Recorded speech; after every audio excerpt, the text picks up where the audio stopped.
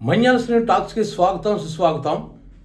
ఈరోజు చాలా ఆనందంగా ఉంది. ఎందుకంటే ఇంతవరకు నేను చాలా వీడియోస్ చేశాను, రాజకీయాల మీద చేశాను, సినిమాల మీద చేశాను, సైన్స్ మీద చేశాను, రకరకాల అంశాల మీద చేశాను. కానీ ఈరోజు చేసే వీడియో మీద మాత్రం చాలా హ్యాపీగా ఒక ఉత్సాహంతో చేస్తున్నటువంటి వీడియో. ఎందుకంటే ఇది నా అభిమాన కథానాయకుడు నాగార్జున గారు నటించిన శివ రిలీజ్ కొత్తగా దాన్ని 4Kలో మార్చి విడుదల చేస్తున్న రోజు ఈరోజు. నిజానికి ఈరోజు మా ఫంక్షన్ ఉండవలసింది 72 అవర్స్, కానీ అది క్యాన్సిల్ అయిపోయి పోస్ట్పోన్ అయిపోయింది. కానీ ఈరోజు అయినప్పుడు కూడా ఎందుకు ఆనందంగా ఉందంటే, ఆ శివ సినిమా ఈ మధ్యకాలంలో చాలా సినిమాలు రిలీజ్ అయ్యాయి. మన బాహుబలి కూడా అయ్యి సంచలనాత్మక విజయం సాధించింది. సో ఇప్పుడు స్ట్రైట్గా వచ్చే పిక్చర్ల కంటే ఈ రిలీజ్ పిక్చర్స్కి ఎక్కువ జనాలు, ఎక్కువ ఆడియన్స్ ఉంటున్నారు. ఆ విధంగా థియేటర్లు కూడా ఒక ప్లస్ అవుతుందన్నమాట. ఎందుకంటే అంటే ఒక సినిమా విడుదల అవ్వడానికి మరొక సినిమా విడుదల అవ్వడం మధ్య గ్యాప్ వస్తుంది, థియేటర్లు బ్రతకడం కష్టం అవుతుంది. సో ఇటువంటి సినిమాలు రావడం చాలా అవసరం. ఎందుకంటే ఈ రిలీజ్ వల్ల ఏంటంటే పాత జ్ఞాపకాలు, ఇక్కడ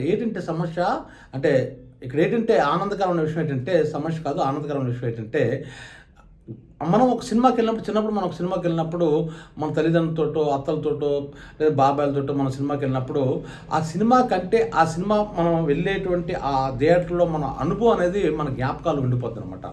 ఈ 36 సంవత్సరాలు అవుతుంది. 1989 అక్టోబర్ 5న ఈ శివ సినిమా విడుదలైంది. అప్పుడు మేము కాలేజీ రోజుల్లో ఉన్నాం, డిగ్రీ ఫైనల్ ఇయర్ చదువుతున్నాం. ఎంతకంటే ఇది ఎందుకు కల్ట్ మూవీ అన్నామంటే, చాలా కల్ట్ మూవీస్ ఉంటాయండి. ఇప్పుడు దేవదాస్ ఉంది, నాగేశ్వర గారి దేవదాస్ కావచ్చు, ప్రేమనగర్ కావచ్చు, ప్రేమాభిషేకం కావచ్చు, అలాగే కృష్ణ గారికి ఈనాడు కావచ్చు, లేదంటే అల్లూరి సీతారామరాజు కావచ్చు, లేదా ఎన్టీ రామారావు గారికి లవకోస్ కావచ్చు, దానవేశ్వర కన్న కావచ్చు, ఇలా చిరంజీవి గారి ఖైదీ కావచ్చు. ప్రతి హీరోకి కూడా కొన్ని కల్ట్ మూవీస్ ఉంటాయండి. అంటే ల్యాండ్ మార్క్ మూవీస్ అనమాట. అంటే ఆ హీరోలకి ఆ సినిమా నుంచి ఒక మార్పు, ఒక ఆడియన్స్లో ఒక గుర్తింపు, ప్రత్యేకమైన గుర్తింపు వస్తుంది ఆ సినిమాకి, ముఖ్యంగా హీరోకి కూడాను. అలాగే మహేష్ బాబుకి ఒక్కడి కంచి వచ్చింది. అలాగా ఇక్కడ నాగార్జున గురించి చెప్పాలనుకున్నట్లయితే, ఆయన మొదటి సినిమా విక్రమ్ సినిమా, అదేదో నాగేశ్వర కొడుకు అని చెప్పి చూశారు. తర్వాత కెప్టెన్ నాగార్జున విడుదలైంది, అది ఫ్లాప్ అయింది, అరణ్యకాండ, ఇలా వరుస ఫ్లాప్ల తర్వాత 4వ సినిమా మజ్ను సినిమాతో ఆయన మొట్టమొదటి హిట్ కొట్టారు. దాసనాథ్ గారి డైరెక్షన్లో వచ్చిన మజ్ను సినిమా. అయితే ఆ తర్వాత కూడా ఆయన కొన్ని ఫెయిల్యూర్స్ ఎదుర్కొన్నారు. ఏదో కలెక్టర్ అబ్బాయి హిట్ అయింది, ఇలా కొన్ని ఆయన చరిత్ర గురించి నేను చెప్పదలుచుకోలేదు, కేవలం శివ మూవీ గురించి చెప్పాలి. కాబట్టి ఈ శివకి ఎందుకు అంత ప్రత్యేకత అంటే, ఆ రోజుల్లో కాలేజీ స్టూడెంట్స్ ఎవరికి వాళ్ళే శివగా ఫీల్ అయిపోయారు. ఇప్పుడు మీరు చూసినట్లు తమ్నైల్లో ఈ ఫోటో ఏంటి ఉందని మీరు అనుకోవచ్చు. ఆ ఫోటో ఎందుకు పెట్టారు అంటే, అందరూ నాగార్జున గారి ఫోటో పెట్టి శివ అని పెడుతుంటే ఆ తమ్నైలు మేము ఒక ఫోటో పెట్టాం, చూడండి. ఆ ఫోటో మీరు జాగ్రత్తగా గమనించండి. అది అమల గారిని కిడ్నాప్ చేసి తీసుకెళ్ళిపోయిన తర్వాత నాగార్జున అంటే విలన్స్ వెళ్ళిపోతుంటప్పుడు ఒక రైల్వే గేట్ పడుతుంది. పడిన తర్వాత ఎలా షార్ట్ ఓపెన్ చేశారంటే, ఆ రైల్వే గేటు ఆ ట్రైన్ వెళ్ళిపోయిన తర్వాత చూసేసరికి ఎదురుగా నాగార్జున బ్యాచ్ ఉంటుంది అనమాట. అదే పోస్టర్గా అప్పుడు వేశారన్నమాట. ఆ పోస్టర్కి ఎంతమంది ఇన్స్పిరేషన్ అయ్యారంటే, ప్రతి ఒక్క కాలేజీ స్టూడెంట్ కూడా తను శివలా ఫీల్ అయిపోయి తనకున్న ఫ్రెండ్స్ని వెనకదలు బ్యాచ్లో పెట్టుకొని ఫోటోలు తీసుకునేవి. చాలా, ఇది ఒక ఫోటో కాదు, కొన్ని వేల ఫోటోలు ఆంధ్రప్రదేశ్లో ఇటువంటి ఫోటోలు తీసుకున్నారు అని జ్ఞాపకం చేయడం కోసమే ఈ తమ్నైల్ ఈ ఫోటో పెట్టాం, అంతమించి ఇంకేం కాదు.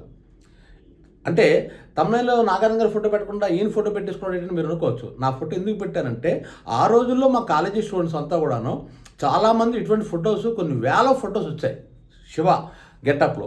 అంతగా ఇన్స్పైర్ చేసింది. ఇంతకు ముందు చెప్పుకున్నట్లు ప్రతి హీరోకి కూడా ల్యాండ్ మార్క్ మూవీస్ ఉంటుంది. కానీ ఈ సినిమాతో ప్రత్యేకత ఏంటంటే, మొత్తం ఇండస్ట్రీ తాలూకా దృక్పథాన్ని మార్చేసింది. అంటే కేవలం ఆడియన్స్ దృక్పథమే కాదు, డైరెక్టర్లు కూడా ఇలా కూడా తీయొచ్చు. పెద్ద పెద్ద డైరెక్టర్లు కూడా, రామ్ గోపాల్ వర్మ తీసిన ఈ సినిమాని చూసిన తర్వాత సినిమా ఇలా కూడా తీయొచ్చా, ఇది గొప్ప చిత్రంగా ఉంది. ఒక విధంగా చూసుకున్నట్లయితే శివ మూవీ అనేది ఒక ఆర్ట్ మూవీ లాంటిది. అంటే విశ్వనాథ్ గారు సినిమా టైప్లో ఉంటుంది అనమాట. కానీ దానికి కమర్షియల్ అంశాలు జోడిస్తే ఎంత అద్భుతంగా హిట్ అవుతుందా అన్నది ఒక కొత్త మూవీ మేకింగ్ కొత్త తరం తీసుకొచ్చాడు. అదేవిధంగా స్టడీ కమ్ కెమెరా కూడా ఉపయోగించారు.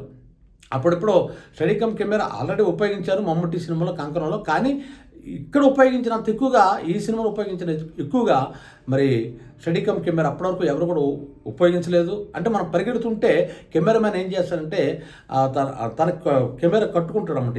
ఈ ఛాతీకి కానీ పొట్ట కానీ కట్టుకొని ఈ విలన్స్ పరిగెడుతున్న హీరోని అంటబెడుతున్న సీన్లో చూసుకున్నట్లయితే ఈ కెమెరా పట్టుకొని పరిగెడతారు. ఆ పరిగెట్టేటప్పుడు ఏమవుతుంటుందంటే, చాలాసార్లు పడిపోతారు వాళ్ళు. అది నిజంగా జరిగింది శివ సినిమాలో, పడిపోతుంటారు అన్నమాట. అంటే శివ తాలూకా మేకింగ్ అనేది ప్రతిదీ ఒక అద్భుతమే. నిజంగా ఒరిజినల్ రౌడీస్ని తీసుకొచ్చారు ఫైటింగ్ సీన్స్లో. ముఖ్యంగా అన్నిటికంటే ముఖ్యంగా ఏంటంటే, సైకిల్ చైన్ తెంపే సీన్ అది ఎంతగా క్లిక్ అయిందంటే ఇండియా మొత్తం ఒక్కసారి, నిజానికి అది పెద్ద సీనేం కాదు, మామూలు ఇంకో డైరెక్ట్ తీసి పెద్ద సీనేం కాదు, ఆ సైకిల్ ఛానల్ తెంపేసుకొని ఫైట్ చేసినట్టు చూపించవచ్చు. కానీ రామ్ గోపాల్ వర్మ తీసినట్టు ఆ టేకింగ్ ఎలాగుందంటే ఇండియాలోనే అంతవరకు నాగార్జున కేవలం ఆంధ్రప్రదేశ్లో మాత్రమే, అప్పుడు ఇంకా అప్కమింగ్ హీరో, పెద్ద హీరోయిన్ కాదు, ఎందుకంటే అప్పట్లో చిరంజీవి గారు, కృష్ణ గారు వీళ్ళంతా ఉన్నారు కాబట్టి నాగార్జున పెద్ద హీరోయిన్ కాదు అప్పటికే. అంతకుముందు గీతాంజలి వచ్చింది, నాగార్జున 15వ సినిమా గీతాంజలి, 17వ సినిమా శివ. అది గీతాంజలి అంటే ఒక సెల్యులాయిడ్ కావ్యం అంటాం మనం, ఒక అద్భుతమైన సినిమా, మంచి కాఫీ లాంటి సినిమా అంటాం కదా, అటువంటి సినిమా. కానీ శివలా కాదు, ఒక పూర్తిగా మాస్ ఇది.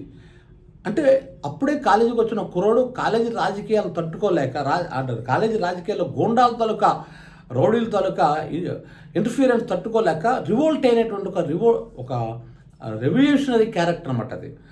నిజంగా చెప్పాలంటే ఇలాంటి సినిమాలు గతంలో కూడా వచ్చాయి, కానీ ఈ సినిమా ప్రత్యేకత ఏంటంటే కేవలం టేకింగ్ వల్ల అంత క్లిక్ అయింది. లేకపోతే పెద్ద సినిమా స్టోరీ కూడా పెద్దగా లేదు. కాలేజీకి వచ్చి ఒక కుర్రోడు రాజకీయాలు ఇంటర్ఫీరెన్స్లో ఉండేటప్పుడు రౌడీలు గూండాలు ఆ కాలేజీ రాజకీయాల్లోకి వస్తే ఆ కుర్రోడు ఎలా రివోల్ట్ అయ్యి ఆ రౌడీల అంతం చూశాడు అనేది ఈ సినిమా స్టోరీ. చాలా సినిమాలు ఇలాగే ఉంటాయి, పెద్ద ప్రత్యేకమైన కథ కూడా కాదు. కాకపోతే ఇందులో ఏంటంటే నాగార్జున ఒరిజినల్గా మొదటి సినిమా నుంచి కూడా న్యాచురాలిటీ మెయింటైన్ చేసేవాడు, కానీ శివ సినిమాలు ఇంకా న్యాచురల్గా ఉంటుంది అనమాట. ఫైటింగ్లో ఎగిరిపోవడాలు, బౌన్స్ అయిపోవడాలు ఇవే ఉండవు. న్యాచురల్గా ఎలాగా కుర్రలు కొట్టుకుంటారో, స్టూడెంట్స్ కొట్టుకుంటారో అలా తీశారు సినిమా. అదొక ప్రత్యేకత. రెండోది ఏంటంటే మెయిన్ సౌండ్ సిస్టానికి చాలా ఇంపార్టెన్స్ ఉంటుంది అన్నమాట ఇందులో. అంటే ప్రతిదీ, ఈవెన్ సాంగ్స్లో కూడా సరసాలు చాలు శ్రీవారు వేళ కాదని పాటలోనైతే ఆ గిన్నెలు పడిపోవటం, ఇవన్నీ కూడా ఆ స్టవ్ పెట్టడం, ఆ శబ్దం, ఇవన్నీ కూడా చూపిస్తారన్నమాట. అది కూడా ఆ పాట అంత అందంగా తీశారంటే పెద్ద సెట్టింగ్స్ ఏం లేవు. ఇంకో విషయం, ఈ సినిమాలో సెట్టింగ్స్ కూడా లేవు. ఇంకా చెప్పాలంటే లో బడ్జెట్ మూవీ లాంటిది, పెద్ద ఖర్చు ఏం పెట్టలేదు అప్పట్లో. ఎందుకంటే ఈ కొత్త డైరెక్టరు, నెక్స్ట్ ఏంటంటే అప్పుడు అన్నపూర్ణ కొద్దిగా లాస్లో కూడా ఉంది, వాళ్ళు కూడా కొద్దిగా ఎకనామిక్ క్రైసిస్లో ఉన్నారు అని చెప్పుకునేవారు. అలాంటప్పుడు వచ్చిన సినిమా శివ. ఈ శివ గురించి ఎంత చెప్పుకున్నా తక్కువ, ఎందుకంటే అంతవరకు మనకి లాంగ్ షాట్లు, మిడ్ షాట్లు వేసేవారు సినిమాల్లో, కానీ శివలు ఎక్కువ మన క్లోజప్ షాట్ చేస్తారు. అన్నిటికన్నా ముఖ్యంగా ఒక సీన్లోనైతే ఇంతవరకు ఎవరు తీయలేదు. అది ఎలా ఉంటుందంటే నాగార్జున అమలాన్ని చూపిస్తారన్నమాట, వాళ్ళిద్దరి మధ్య ఒక డైలాగ్స్ చూపిస్తారు. చూపించిన తర్వాత అలా వైడ్లోకి వెళ్ళేసరికి అదొక క్యాంటీన్ అనే విషయం మనకు అర్థమవుతుంది. ముందు సాధారణ మనం ఏం చేస్తారంటే జనరల్గా ఏ డైరెక్టర్ అయినా సరే ముందు క్యాంటీన్ బోర్డు చూపిస్తారు, తర్వాత కెమెరా లోపలికి వెళ్తుంది, అక్కడ మొత్తం జనాలందరినీ చూపిస్తారు, అక్కడ టేబుల్ ఇవన్నీ చూపిస్తారు. చూపించిన తర్వాత హీరో హీరోయిన్స్ ఏం మాట్లాడకుండా చూపిస్తారు. కానీ ఈ సినిమాలో రివర్స్ వచ్చిందన్నమాట. అంటే ముందు హీరో హీరోయిన్ చూపించి వాళ్ళు మాట్లాడుకున్న తర్వాత లాంగ్ షాట్లోకి వెళ్ళేసి అది క్యాంటీన్ విషయం అర్థమవుతుంది. అంటే అక్కడ యాంబియన్స్కి అస్సలు రామ్ గోపాల్ ఇంపార్టెన్స్ ఇవ్వలేదు. సాధారణంగా అంటే ఒక ఆర్ట్ డైరెక్టర్ ఉంటాడు, ఆర్ట్ డైరెక్టర్ భారీ ఎత్తునే మొత్తాన్ని సమకూరుస్తాడు, కెమెరా ఇవన్నీ పడాలనుకుంటారు, ఇవన్నీ చేస్తారు. కానీ ఇక్కడ కేవలం ఫేషియల్ ఎక్స్ప్రెషన్స్కి మాత్రమే ఇంపార్టెన్స్ ఇచ్చాడు రామ్ గోపాల్ వర్మ. దానివల్ల ఏంటంటే ప్రతి క్యారెక్టర్ కేవలం హీరో హీరోయినే కాదు, ఈవెన్ చిన్న రౌడీ ఆయన చూసే విధానం, వాళ్ళు చెప్పే డైలాగ్స్, వాళ్ళ మీద క్లోజప్ షాట్స్, ఎక్కువ క్లోజప్ షాట్స్ ఉపయోగించారు. నాకు తెలిసినంతవరకు, అంటే నేను అబ్జర్వ్ చేసిన సినిమాల్లో, నేను చూసిన సినిమాలు నాకు తెలిసినంతవరకు శివ సినిమాల్లో పడిన క్లోజప్ షాట్స్ ఇంకే సినిమాలు పడవు. ఈ 36 సంవత్సరాల తర్వాత రామ్ గోపాల్ వర్మ నిన్న ఒక ఇంటర్వ్యూలో చెప్పాడనమాట, అసలు శివ సినిమా నాకు ఇప్పుడు అర్థమైంది, నాకు ఎన్ని సంవత్సరాలు అర్థం ఏది తీశాను నాకు అర్థం కాలేదు. శివ సినిమా ఎందుకు అంత హిట్ అయిందంటే అందులో ఒక ఆర్ద్రత ఉంది అన్న విషయం నాకు అర్థమైంది. దాంతో నాగార్జునకు ఒక నోట్ పెట్టానని చెప్పాడు. ఆర్ద్రత అంటే ఏంటంటే ఒక మనిషిలో ఉన్నటువంటి ఫీలింగ్ని, ఒక అసహనానికి గురయ్యి దాన్ని ఏం చేయాలో తెలియక ఒక సింపతైజ్గా, అంటే దాన్ని ఏ విధంగా కూడా చెప్పాలో తెలియదు ఉంటావు. అంటే అవతల వ్యక్తి ఈ డైలాగ్తో కరిగిపోవాలి అన్న డైలాగ్ ఒకటి ఉంటుంది. అది మనకు క్లియర్గా చూపిస్తాడు. ప్రిన్సిపల్ అంటుంటాడు, కాలేజీ స్టూడెంట్ నువ్వు ఎందుకయ్యా గొడవల్లో ఇచ్చేస్తున్నావు అని దెబ్బలాటప్పుడు అప్పుడు నాగార్జున డైలాగ్ చెప్తాడు. ఎలా చెప్తాడంటే చాలా చక్కగా చెప్పాడు డైలాగ్ అన్నమాట. అది ఎలా చెప్పాడంటే, ఒక చెంప మీద కొడితే ఇంకో చెంప చూపించడానికి నేను మహాత్మా గాంధీని కాదు అని చెప్తాడు. ఆ డైలాగ్ చూడండి, ఒక చెంప మీద కొడితే ఇంకో చెంప చూపించడానికి నేను మహాత్మా గాంధీని కాదు, వాళ్ళ రాజకీయాలతో వాళ్ళ రౌడీలతో నాకు పని లేదు. అసలు మన కాలేజీ రాజకీయాల్లోకి వాళ్ళు ఎవరండి గూండాలు, రౌడీల్ని, మీరు వాళ్ళని ఏమి అనలేరు, మీ బాధలు మీకు ఉంటాయి, కానీ నన్ను అడుగుతున్నారు మీరు అన్న ఒక డైలాగ్ చాలా ఆతృతతో చెప్తారన్నమాట. మనం గమనిస్తే సినిమాలో చాలా ఆతృత ఉంటుంది. ఉదాహరణకి సాయి చంద్రన్ సీఐని నిర్మలమ్మ గారు లెంపకాయ కొట్టే విధానం, ఒక సీఐని పడిన టప్పర్ కొడుతుందన్నమాట. కొట్టే విధానం కావచ్చు. ముఖ్యంగా అన్నిటికంటే ముఖ్యంగా ఏంటంటే భవానీ క్యారెక్టర్ చాలా చక్కగా చేశాడు రఘువరన్. అంటే ఒక డైలాగ్ చెప్తారన్నమాట. శివ శివ శివ ఎవడో శివ అడు దేవుడా, 2 లారీలు నిండా జనాన్ని తీసుకుని చంపేయండి అంటాడు. ఆ డైలాగ్ చెప్పే మాడ్యుయేషను, అక్కడ రఘువరన్ తాలూకా ఎక్స్ప్రెషన్ అంత అద్భుతంగా ఉంటుందంటే అందుకే చెప్తున్నాను. అందులో గణేష్ క్యారెక్టర్ కావచ్చు, చిన్న క్యారెక్టర్ కావచ్చు, అలా జగన్ చేసే క్యారెక్టర్ కావచ్చు, ఎంత గొప్పగా ఉంటాయంటే ఇప్పటికీ ప్రతి వ్యక్తికి ఆ ఎక్స్ప్రెషన్స్ అనేది జ్ఞాపకం ఉంటాయన్నమాట. ఎందుకు జ్ఞాపకం ఉంటాయని నేను క్లియర్గా నేను కూడా అదే అభిప్రాయం. ఎప్పుడు కూడా క్లోజప్ షాట్స్ ఇప్పుడు వేయండి. క్లోజప్ షాట్స్ వేస్తే ఆటోమేటిక్గా ఆ హీరో తాలూకా లేదా ఆ క్యారెక్టర్ తాలూకా ఫీలింగ్స్ అనేవి ప్రేక్షకుల తాలూకు గుండెల్లో ఉండిపోతాయి అనమాట. సో అందుకోసమే క్లోజప్ షాట్స్ వేయాలి. ఆ శివ తాలూకు మెయిన్ గొప్పతనం ఆ క్లోజప్ షాట్స్ వల్ల వచ్చింది. అది రామ్ గోపాల్ వర్మ చాలా చక్కగా పట్టుకున్న. అఫ్కోర్స్ గాడ్ ఫాదర్ నుంచి ఇన్స్పైర్ అన్నది. ఏదైనప్పుడు కూడా మొత్తం ఫిల్మ్ ఇండస్ట్రీని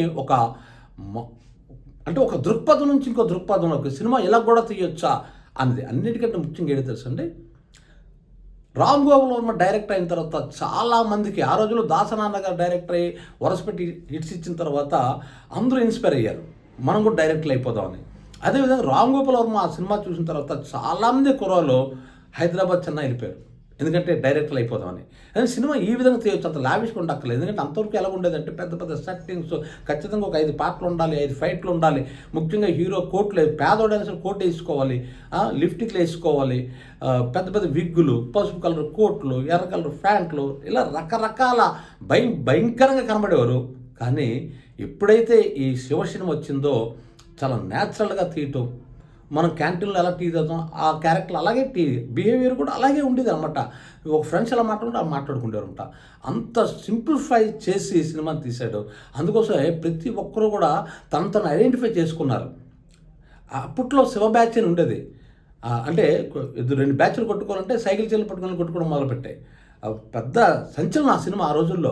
ఎంతవరకు అంటే అప్పటికి గవర్నర్ ఐ థింక్ కృష్ణకాంత్ గారు అనుకుంటాను నేను, కృష్ణకాంత్ గారు, subject to the correction, Krishnakant గారు ఏమన్నారంటే ఈ శివ సినిమా వల్ల సొసైటీ పాడైపోతుంది, కుర్రోళ్ళంతా చదువు అంటే కొట్టుకోవడం కావాలనుకుంటున్నారు, అసలు ఇలాంటి సినిమాలు బ్యాన్ చేయాలనేది స్టేట్మెంట్ ఇచ్చినట్టు తెలిసింది. అప్పుడు పేపర్లు చదివినట్టు నాకు జ్ఞాపకం. ఇంకా అంటే యాక్చువల్లీ ఇది కాకపోయినా ఇదే అర్థంతో మాత్రం ఆయన ఇచ్చాడు, అది ఖచ్చితంగా చెప్పగలను. సో అంటే ఒక గవర్నర్ దృష్టి కూడా వెళ్ళిందంట ఆ రోజుల్లో, మీడియా ఎంతగా లేని రోజుల్లో. ఇప్పుడు వెళ్ళిపోవడం ప్రైమ్ మినిస్టర్ ఇష్యూ కూడా మనం పంపించవచ్చు, పెద్ద ఇష్యూ ఏం కాదు ఇప్పుడు, కానీ సోషల్ నెట్వర్క్ ఉంది కాబట్టి. కానీ ఆ రోజుల్లో గవర్నర్ దృష్టికి వెళ్ళి సంచలనం రేపిందంటే ఎంత కల్ట్ మూవీ ఇది అంటే బెంచ్ మార్క్ అంటాం, ప్రతి సినిమా బెంచ్ మార్క్. ఉదాహరణకి కలెక్షన్స్లో బాహుబలి దాని బెంచ్ మార్క్ వాడు సృష్టించిన రాజమౌళి. అలా కాకుండా టేకింగ్లోనే ఒక బెంచ్ మార్క్ అన్నది ఈ శివ సినిమాలో మనం చూస్తాం. అంత అద్భుతమైన సినిమా ఇప్పుడు రిలీజ్ అయింది. ఇప్పుడు తరం అంటే 2 తరాలు దాటిపోయి, ఇప్పటికి 36 సంవత్సరాలు అంటే 2 తరాలు దాటిపోయింది కాబట్టి ఇప్పుడు యువతరం ఏ విధంగా దాన్ని రిసీవ్ చేసుకుంటుందో చూడాలి. ఎందుకంటే ఇంకా నేను రివ్యూస్ గట్రా ఏం చూడలేదు ఈ వీడియో చేసుకునే టైంకి. సో నాకు తెలిసినంతవరకు ఇది రిలీజ్ మూవీస్లో ఇది ఒక రికార్డు సృష్టిస్తుందేమో అన్న నమ్మకం. అంటే బాహుబలికి 50 కోట్లు వచ్చింది, దాదాపు దీనికి కూడా అలా రావడానికి అవకాశం ఉంది. ఏదైనప్పుడు కూడా మాకు పాత జ్ఞాపకాలన్నీ కూడా ఈ మళ్ళీ షో విడుదలవడంతో ఆ రోజుల్లోకి మేము వెళ్ళిపోయాం. ఆ తరం మనుషులంతా కూడాను, ఎందుకంటే మాకు కూడా ఏజ్ అయిపోతుంది కాబట్టి ఆ తరం మనుషులంతా కూడాను 36 సంవత్సరాల క్రితం ఆ సినిమా చూసినప్పటికీ ఇప్పటికీ మధ్య చాలా తేడా వచ్చింది కాబట్టి ఆ తరం మనుషులంతా కూడాను ఈ శివ సినిమా చూసి అప్పటి జ్ఞాపకాలన్నీ కూడా వాళ్ళ మైండ్లోకి వస్తాయి. ఆ జ్ఞాపకాలన్నీ కూడా మనసులోంచి ఒక కళ్ళ ముందు కనబడతాయి అని నేను ఖచ్చితంగా భావిస్తున్నాను. ఏదైనప్పుడు కూడా ఈ సినిమా డైరెక్టర్ రామ్ గోపాల్ వర్మ గారికి, అదేవిధంగా హీరో నాగార్జున గారికి, అందరూ పనిచేసిన వాళ్ళందరికీ కూడా అన్నిటికీ మించి ముఖ్యంగా ఏంటంటే ఇప్పుడు టాప్ మోస్ట్ డైరెక్టర్లు ఎవరైతే ఉన్నారో వీళ్ళందరినీ కూడా ఆ రోజు రామ్ గోపాల్ వర్మ పరిచయం చేసింది. ఉదాహరణకి పూరి జగన్నాథ్ గారు కావచ్చు, కృష్ణవంశీ గారు కావచ్చు, లేదా తేజ గారు కావచ్చు, అప్పుడు కో డైరెక్టర్ శివనాగేశ్వర, తర్వాత డైరెక్టర్ చాలా హిట్లు ఇచ్చాడు. ఇలా చూసుకున్నట్లయితే చాలామంది డైరెక్టర్స్ మన రామ్ గోపాల్ వర్మ దగ్గర శిష్యత్వం చేసి టాప్ మోస్ట్ డైరెక్టర్లు అయ్యారు. ఆ తర్వాత చాలామంది అయ్యారు. దాదాపు నాకు తెలిసినంత రామ్ గోపాల్ వర్మ దగ్గర 100 మంది డైరెక్టర్లు అసిస్టెంట్ డైరెక్టర్లు ఉండి డైరెక్టర్లు అయిన ఉన్నారు. కొంతమంది కొన్ని పొజిషన్లు తేడా ఉండొచ్చు కాక. ఏదైనప్పుడు కూడా శివ సినిమా అనేది ఒక సంచలనం.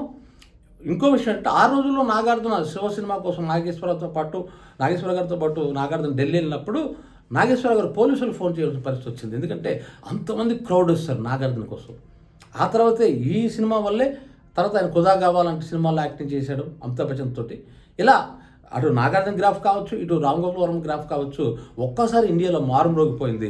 అంతవరకు ఉన్న హీరోలు ఒక్కసారి ఆశ్చర్యపోయేటట్టు చూసేటువంటి సినిమా శివ సినిమా. అందుకే అక్కడ మెగాస్టార్ చిరంజీవి గారు కాంచి మహేష్ బాబు గారు, ఈ జూనియర్ ఎన్టీఆర్ కావచ్చు, మొత్తం బన్నీ గారు కావచ్చు, అందరూ కూడా అనమాట. అందరూ ఈ సినిమా కోసం ప్రత్యేకించి చెప్పారు. రాజమౌళి అని డైరెక్టర్లు చెప్పారు.